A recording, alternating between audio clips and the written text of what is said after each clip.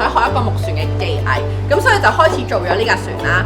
咁但係做呢架船其實好困難嘅，舊時師傅做船咧係冇圖紙嘅，亦都係憑經驗做嘅啫。咁我哋點樣做呢？就係睇舊相，然後問師傅係咪咁樣做，不斷咁樣砌上去嘅。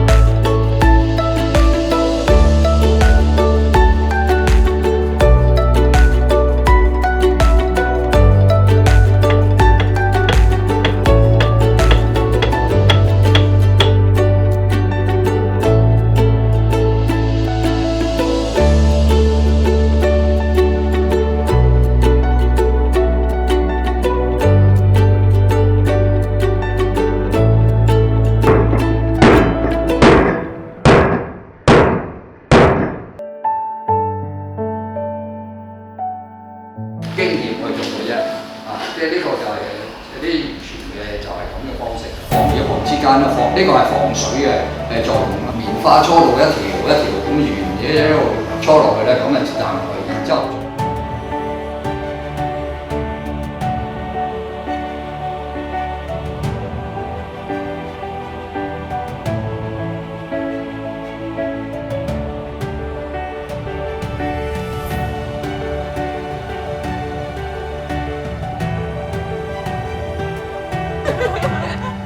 係啦。